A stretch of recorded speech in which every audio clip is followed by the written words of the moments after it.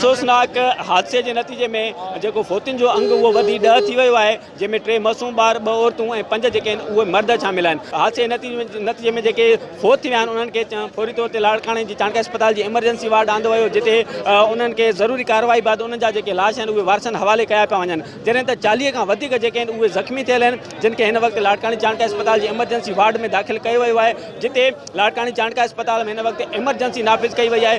समूरनि डॉक्टरनि खे फौरी तौर ते तलब कयो वियो आहे, जिते ज़ख़्मियुनि जो हिन वक़्तु इलाज हलंदड़ आहे। हीअ ॼञ सां भरियल हिकिड़ी बस हुई जेका मुरादवान रोड खां लालूराम शहर वञी रही, तो उनखे बाईपास ते ॾहोट जेको चौक आहे उते साम्हूं ट्रैक्टर सां उनजो टकर थियो, जंहिंजे नतीजे में हीअ जेका बस आहे उहा कल्टियूं खाई वञी किरी।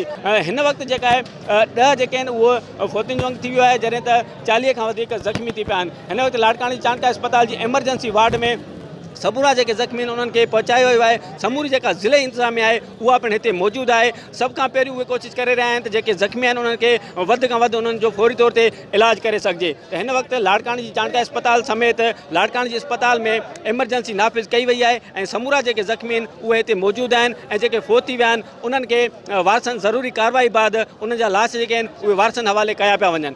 जी।